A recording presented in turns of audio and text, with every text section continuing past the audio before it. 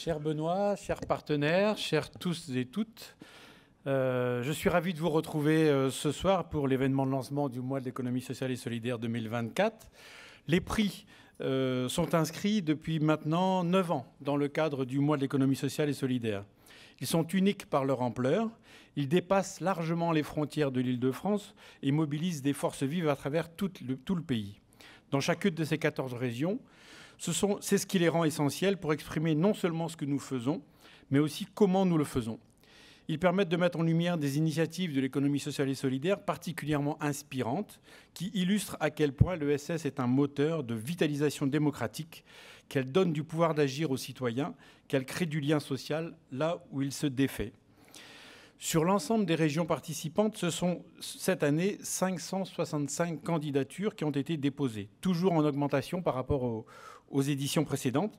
Ce dynamisme témoigne non seulement de l'engouement, mais aussi de l'importance des prix de l'ESS dans le paysage national.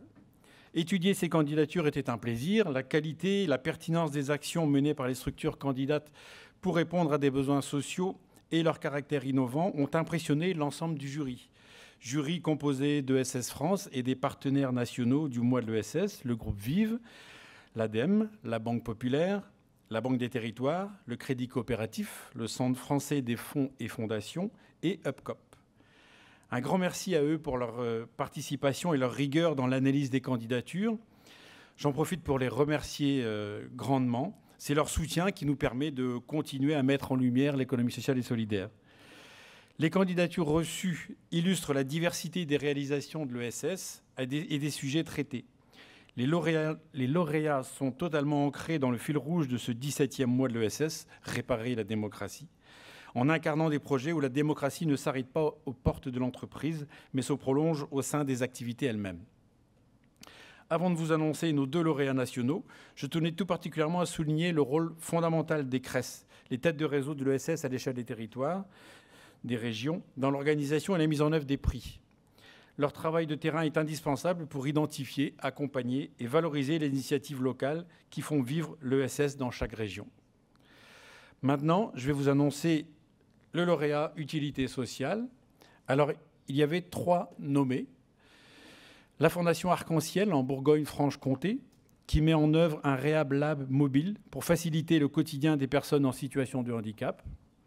L'association Access Éduc à La Réunion, qui propose un accompagnement personnalisé et pluridisciplinaire aux familles sans solution ou sur liste d'attente face au manque de place dans les institutions. Et la coopérative SNL Prologue en Île-de-France, qui favorise l'accès au logement autonome en proposant une alternative pour les ménages les plus précaires. Je vous propose déjà d'applaudir ces 3 nommés.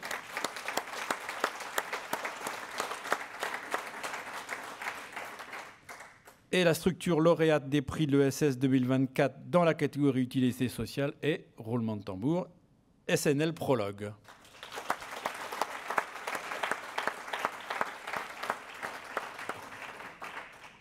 Un grand bravo à eux et je vais leur remettre donc le prix. Je vais les inviter à venir nous rejoindre. Voilà, je vous en prie.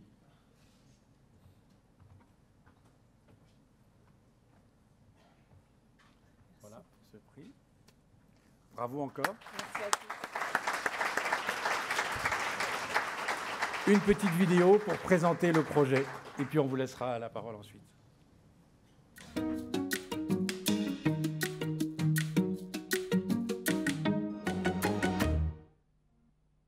Solidarité nouvelle pour le logement. C'est au départ une histoire qui commence par des voisins, des copains qui se disent c'est pas possible les gens dehors, il faut qu'on fasse quelque chose.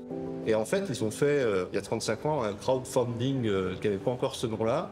Tout le monde s'est cotisé, ils ont acheté un premier logement, on l'a toujours, c'est le logement numéro 1 de SNL. Il est à Jaurès, à Paris. Ce sujet du mal logement, c'est pas une crise du logement, ou alors elle dure depuis plus de 50 ans. Il y a des solutions qu'on ne trouve pas adaptées et pas dignes, les centres d'hébergement, l'hôtel. Nous, ce qu'on fait, c'est de produire des logements, dans la logique de ce qu'on appelle souvent le logement d'abord. Les gens, vaut mieux les mettre directement dans un bon logement, avec un accompagnement des travailleurs sociaux, mais aussi des bénévoles. Pour faire ça, on achète des logements dans des endroits attractifs, plutôt dans les secteurs tendus sur le plan immobilier. On essaie de recycler le plus possible le patrimoine immobilier. Ça va être le patrimoine vacant des communes, par exemple, une ancienne poissonnerie, une ancienne poste, des anciens logements de fonction. Tout ce patrimoine qui est souvent délaissé aujourd'hui, pour lesquels les communes n'ont pas de solution et pour lequel nous, on va essayer de donner une nouvelle vie. Notre domaine d'intervention, effectivement, c'est sur le social, mais c'est aussi, ça va être l'insertion de nos logements dans la ville. Nos logements sont toujours très bien situés en centre-ville, proches des transports en commun, et sont souvent des opérations de petite taille, qui permettent de donner aux locataires les meilleurs moyens de pouvoir s'en sortir en termes d'insertion. On y croit beaucoup parce que c'est vraiment l'essence même des projets qui redonnent espoir et une nouvelle vie à des personnes qui ont été les plus cabossées. L'important pour nous, c'est de loger les plus défavorisés. Nous logeons environ 3500 personnes. 40% d'entre eux sont des familles monomarentales, avec un chef de famille qui est une femme. Sur ces 3500 personnes, on loge à peu près 1400 enfants. On a vraiment des situations extrêmement difficiles. La plupart d'entre eux sont au-dessous du seuil de pauvreté. Quand je dis la plupart d'entre eux, c'est 87% d'entre eux qui sont au-dessus du seuil de pauvreté. Avoir un loyer abordable, être logé dans des logements décents, c'est très très important et c'est ce que nous leur offrons. On est une foncière ouverte. On travaille en délégation, en coopération. On apporte cette expertise foncière, mais pour tout le reste, on va travailler avec des partenaires locaux, des associations qui existent déjà sur place. Je suis conducteur de travaux chez l'entreprise 2PM et on s'occupe des chantiers chez SNL Prologue qui sont dédiés à l'ultrasocial sur du logement simple, des appartements. On a déjà fait des immeubles, entre autres là où on est en ce moment, 5 appartements sur 2 étages. C'est sûr que c'est toujours valorisant de partir sur un projet qu'on va voir à la fin que ça sert pour des familles qui sont dans le besoin. C'est un peu plus humain. La typologie, c'est souvent une femme seule avec 1 ou 2 enfants, quelquefois des couples. Le fait qu'elles aient une stabilité, ça leur permet vraiment de se reconstruire et de sortir de leur isolement. Le site est prévu pour accueillir jusqu'à 15 personnes. Nous avons procédé d'abord à la dépollution de l'ensemble du site, le désamiantage, le déplombage. C'est un projet qui a une portée sociale et qui intéresse beaucoup la commune. Il s'agit d'une commune qui a besoin de créer des logements sociaux parce qu'elle est carencée. C'est des petites structures et une volonté de retisser du lien. Tout ça, je trouvais que ça avait beaucoup de sens. Le fait de créer un réseau de solidarité à l'intérieur d'un quartier, c'est une utopie qui fonctionne.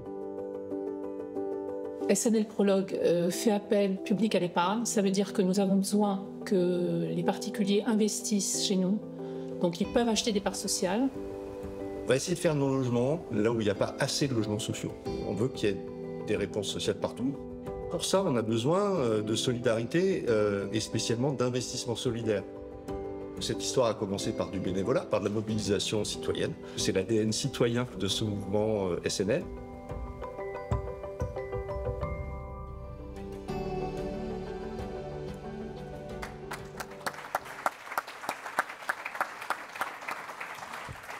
Madame Mercury, vous êtes présidente de SNL Prologue. Monsieur Lapostelet, directeur. À vous la parole.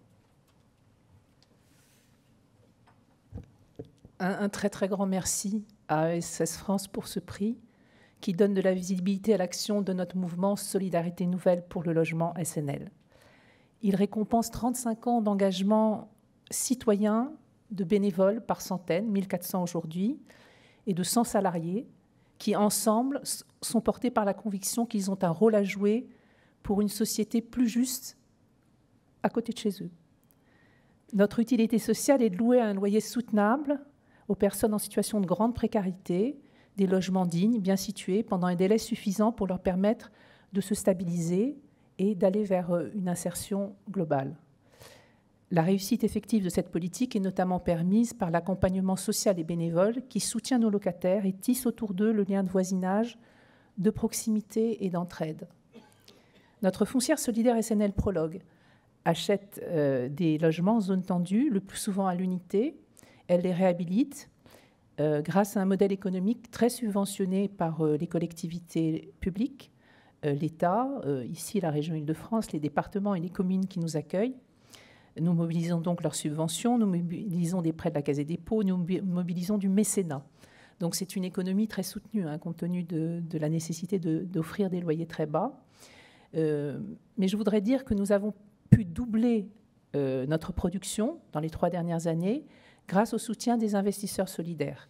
Il s'agit des fonds d'épargne retraite salariale solidaire mais aussi des particuliers qui achètent des parts de notre foncière et qui acceptent, en plaçant leurs économies, d'avoir un rendement modéré qui correspond à une déduction fiscale de 25% sur 7 ans. Je le dis parce que certains d'entre vous pourraient tenter de placer leurs économies chez nous et d'avoir un rendement à la fois économique mais aussi social.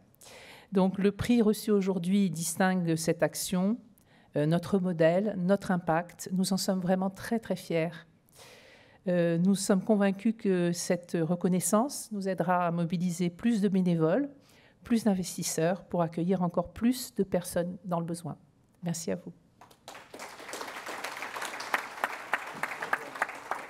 Si vous voulez investir, c'est la plateforme investirsolidaire.fr. Merci.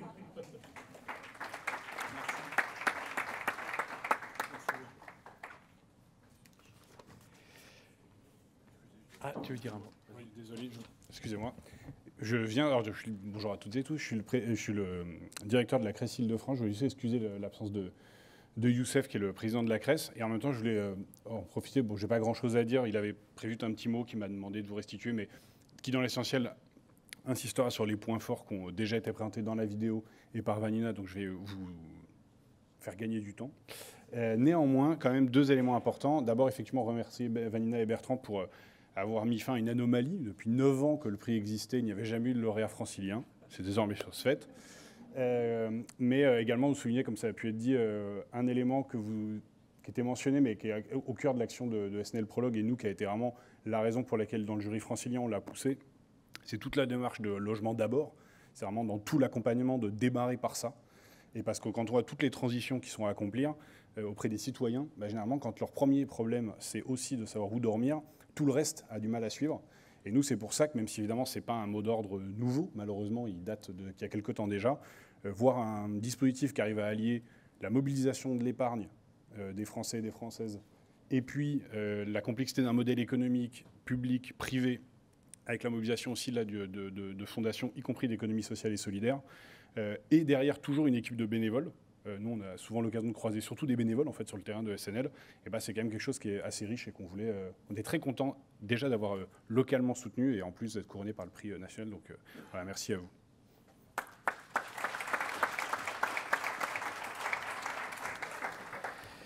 Merci et encore bravo. Après le prix utilité sociale, le prix transition écologique. Alors là aussi, 3 nommés.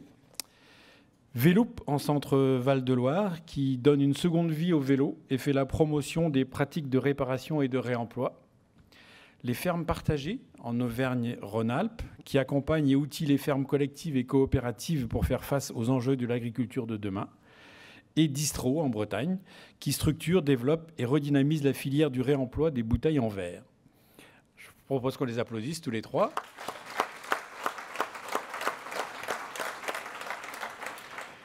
Et la structure lauréate des prix de l'ESS 2024 dans la catégorie transition écologique est les fermes partagées.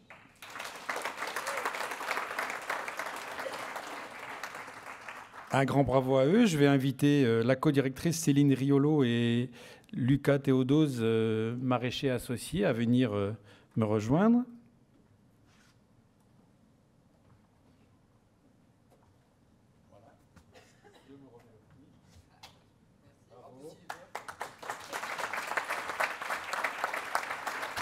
Et là aussi, la petite vidéo de présentation.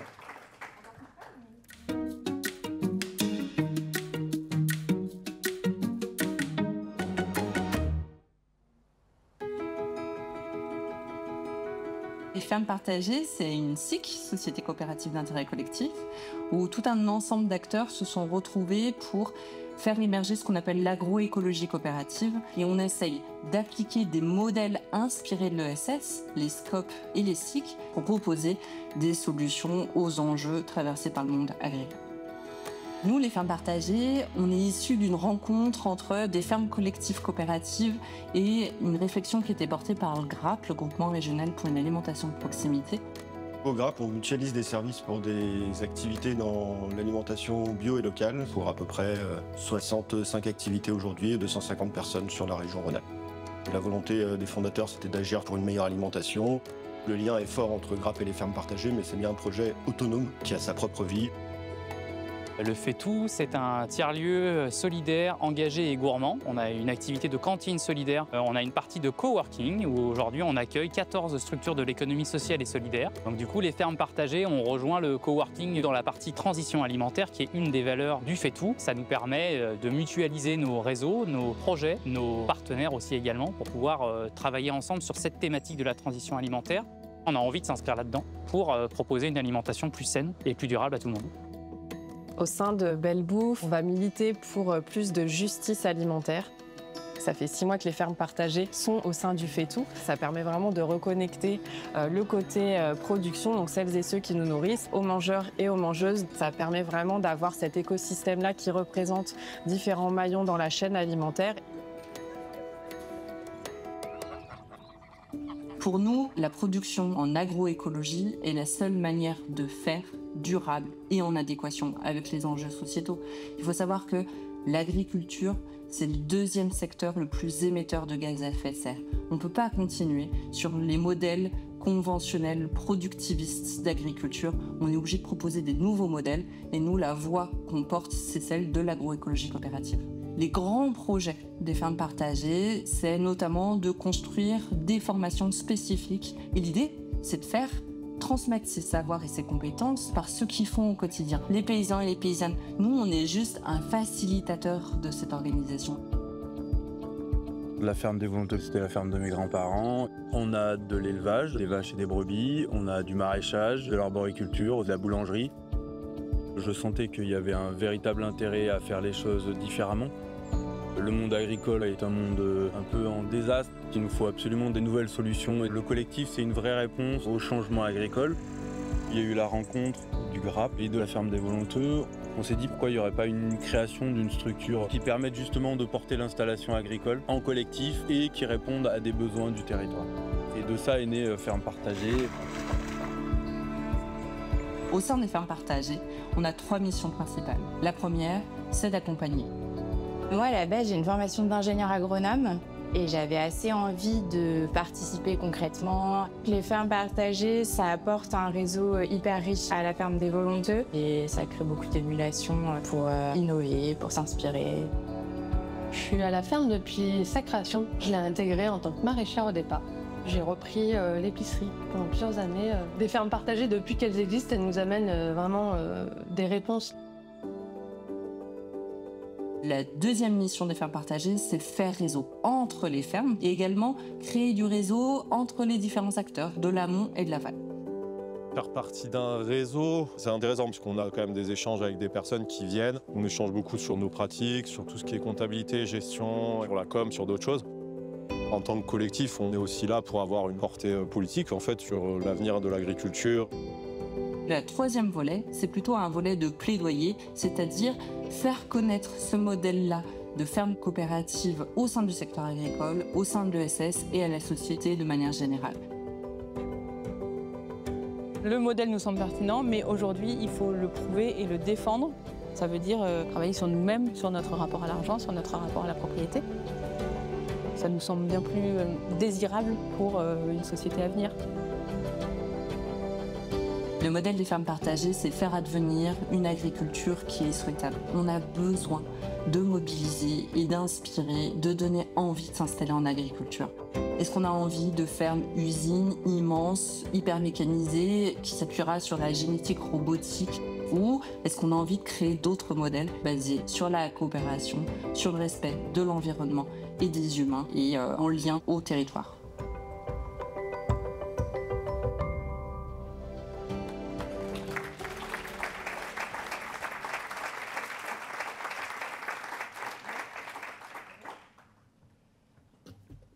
Bon, je commence.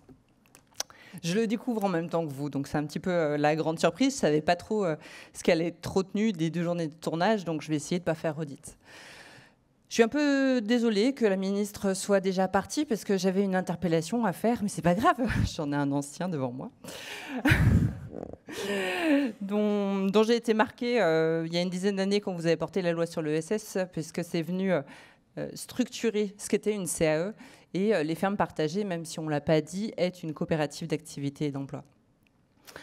Notre mission, comme on l'a dit, c'est faire advenir des futurs désirables dans l'agriculture. L'agriculture est confrontée à 2 grands défis majeurs. Le premier défi, c'est le changement climatique, à la fois en tant que l'un des premiers responsables de ce changement-là, c'est, comme je le disais, le 2e secteur émetteur de gaz à effet de serre, et aussi l'une des premières victimes de tous les aléas climatiques. Comment on fait ? Est-ce qu'on maintient ce système-là ou est-ce qu'on propose des alternatives ? Il existe des alternatives sur les différents territoires. On est allé voir la ferme des Volonteux, la ferme de la Clé des Sables, d'autres fermes du réseau qui ont décidé et qui ont innové. Alors, pas de l'innovation numérique, robotique, génétique, mais plutôt de l'innovation sociale. Ils se sont dit comment on peut s'appuyer sur des autres formes d'organisation qui ont fait leurs preuves dans d'autres secteurs d'activité et les appliquer à l'agriculture. Ces modèles collectifs-là permettent de donner les moyens d'expérimenter, de mettre en œuvre l'agroécologie et également de créer des réseaux d'entraide humains face aux aléas humains, parce que l'agriculture est un métier difficile, qui est éprouvant pour les corps, et on n'est pas à l'abri du fait d'avoir un pépin de santé, un des associés, une des associées qui s'arrête, mais le collectif est là pour apporter sa force et soutenir la résilience, la robustesse de la ferme. Ça permet également, ce collectif-là, de diversifier les activités sur la ferme. Quand on est seul à mener une activité de maraîcher, comment vous voulez, en plus de la commercialisation, de l'administratif, etc., développer d'autres activités ? Si on est plusieurs, on va pouvoir diversifier les activités de production. Et face aux aléas climatiques, on voit bien que s'il y a une année en arboriculture, vous avez un gros gel, eh ben c'est moins grave, puisqu'il y aura le maraîchage, etc. Et on va recréer aussi des cercles vertueux sur la ferme en agronomie. On a vu un petit peu d'élevage. L'élevage va permettre d'apporter des fertilisants naturels pour de la grande culture. On revient dans du bon sens, en fait. Et la forme coopérative est extrêmement pertinente en scope et en cycle. Pourquoi ? Parce qu'elle fait vivre du coup, la démocratie au sein de la structure, où on va décorréler les prises de décision, le pouvoir stratégique par rapport aux investissements en capital. On a cette séparation-là entre le capital, les décisions qui sont prises. On est sur le principe de une personne est égale à une voix. Donc ça, c'est un principe. Et le deuxième principe, c'est le désintérêt financier d'un investissement dans une coopérative. Le capital, l'actif, la propriété du moyen de production reste à la ferme. Et il n'appartient pas aux différents associés. Et c'est un des grands enjeux, parce que je vous ai dit qu'il y avait 2 enjeux dans l'agriculture. Je ne l'ai pas oublié, le deuxième. Le premier, c'était le risque, l'enjeu climatique. Le deuxième, c'est l'enjeu de l'attractivité, de l'installation et la transmission des fermes. Aujourd'hui, on perd plus de 200 fermes par semaine. 200 fermes par semaine, c'est plus de 10 000 fermes par an. Il y en a 400 000. Comment on va répondre aux enjeux de souveraineté alimentaire dans ces conditions-là ? Est-ce qu'on a vraiment envie, en termes de désirabilité des modèles futurs pour l'agriculture, d'avoir des fermes-usines où il y a une seule personne qui pilote sur des fermes extensives, hyper spécialisées, etc. Est-ce que c'est ça le désir pour l'agriculture qu'on veut ? Du coup, nous, notre proposition, la proposition qui est mise en œuvre au quotidien dans ces fermes collectives et coopératives, c'est des fermes vivantes qui reviennent au milieu du village, qui sont ouvertes, qui sont des lieux non seulement de production alimentaire pour les territoires, mais également des lieux de vie, sincèrement, on va le voir, mais vraiment des vrais lieux de vie et en lien complètement connecté avec son territoire. Donc voilà, c'est ce qu'on essaye de faire advenir au niveau des fermes partagées. Par contre, on a des barrières. Je ne parle pas de la FNSEA. Les barrières, c'est que ces modèles-là sont complètement disruptifs, je me réapproprie le terme, j'ose, par rapport au secteur agricole actuel. Pourquoi ? Parce que, par définition, un chef d'exploitation est non salarié. Or, le modèle coopératif, ils sont tous salariés. En scope, on est tous salariés. Et du coup, on ne peut pas accéder à la pleine reconnaissance du statut de chef d'exploitation. Et qui dit reconnaissance du statut de chef d'exploitation dit toutes les aides agricoles qui vont avec. Or, malheureusement, même ces modèles-là ont besoin de ce soutien-là et de ces aides agricoles. Donc nous, on essaye aussi de faire valoir et d'interpeller les différentes personnes au pouvoir pour dire laissez-nous advenir ce modèle-là qu'on considère comme désirable dans le secteur agricole. Pour l'illustrer, bien mieux que moi, je pense je vais laisser la parole à Lucas.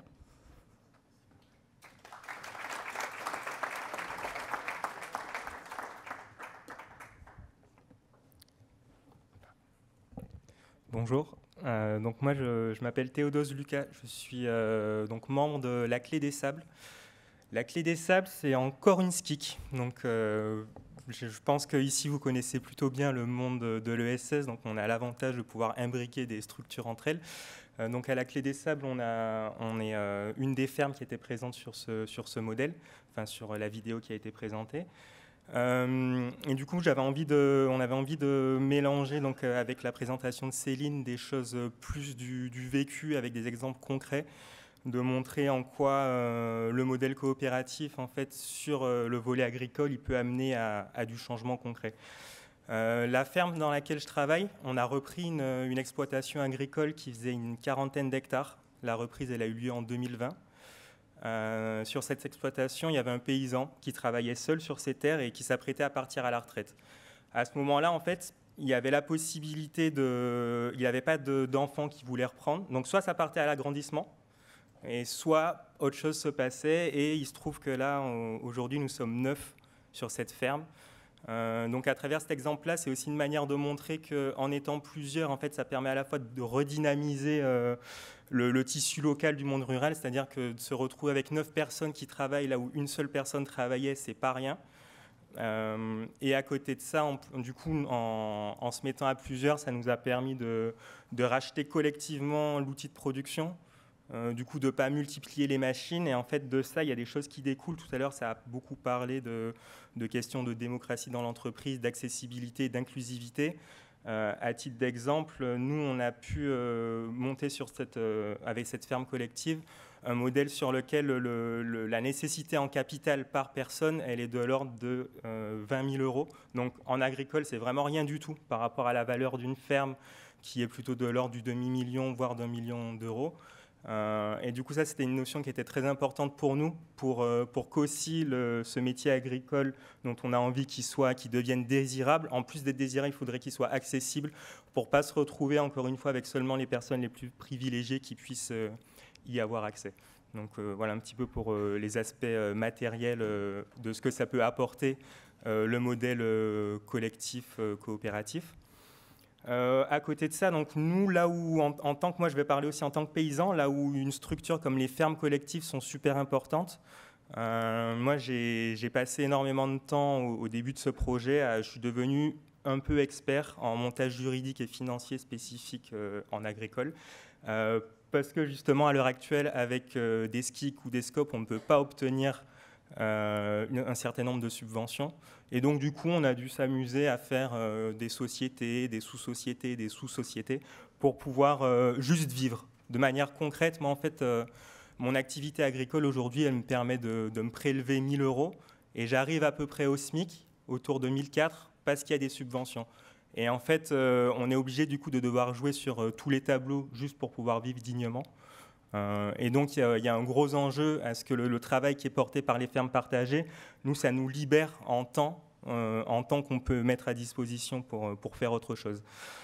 Et un autre petit point que j'avais envie d'aborder, c'était l'enjeu d'être à plusieurs sur une ferme. Parce qu'il faut savoir que le métier de paysan, ça en a beaucoup parlé ces derniers temps, mais il y a le côté qui peut être très souvent présent de l'isolement, du fait d'être seul dans son activité.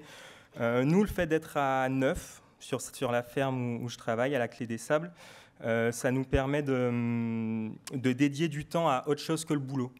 Ça veut dire qu'on a le droit de partir en vacances, en été, parce qu'il y a d'autres collègues qui vont gérer les récoltes, la commercialisation, l'irrigation. Ça nous permet aussi de dégager du temps pour les choses qui sont de l'ordre du politique. Par exemple, ma présence ici, aujourd'hui. J'habite en Isère et voilà, de pouvoir se déplacer, c'est parce qu'il y a d'autres collègues qui font le taf. À côté de ça, nous, on a à la ferme d'autres collègues qui vont être très investis à la Confédération paysanne, qui est un syndicat agricole. On a un collègue qui est administrateur aux fermes partagées. Donc ces petits exemples, c'est pour vous montrer aussi que ça nous permet de sortir de l'idée d'une personne qui devrait être sur tous les fronts à la fois, mais en fait en étant à plusieurs, ça nous permet aussi de nous répartir sur différents endroits où on voit qu'il y a un enjeu à être présent et en ayant un métier où on arrive à vivre dignement. Voilà.